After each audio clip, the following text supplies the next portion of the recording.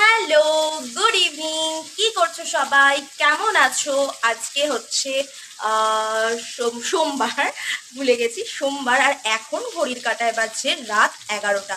আর এখন আমি চলে এসেছি অ্যাজ ইউজুয়াল আমার কিচেনে।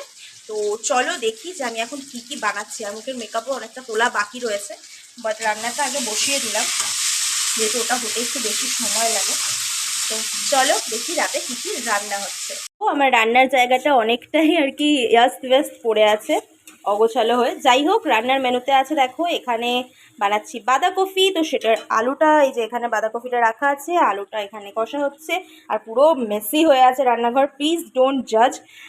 এখানে টমেটোর চাটনি বানাবো, সেই টমেটোটাও এখানে কেটে রেখে দিয়েছি। এখানে ভাতের চালটা ভেজানো আছে, এখনও করিনি, ওর আসতে লেট হবে। আর এখানে অলরেডি বানিয়ে দিয়েছি কুমড়ো দিয়ে পেঁয়াজ দিয়ে একটা ভাজা ভাজা মতন।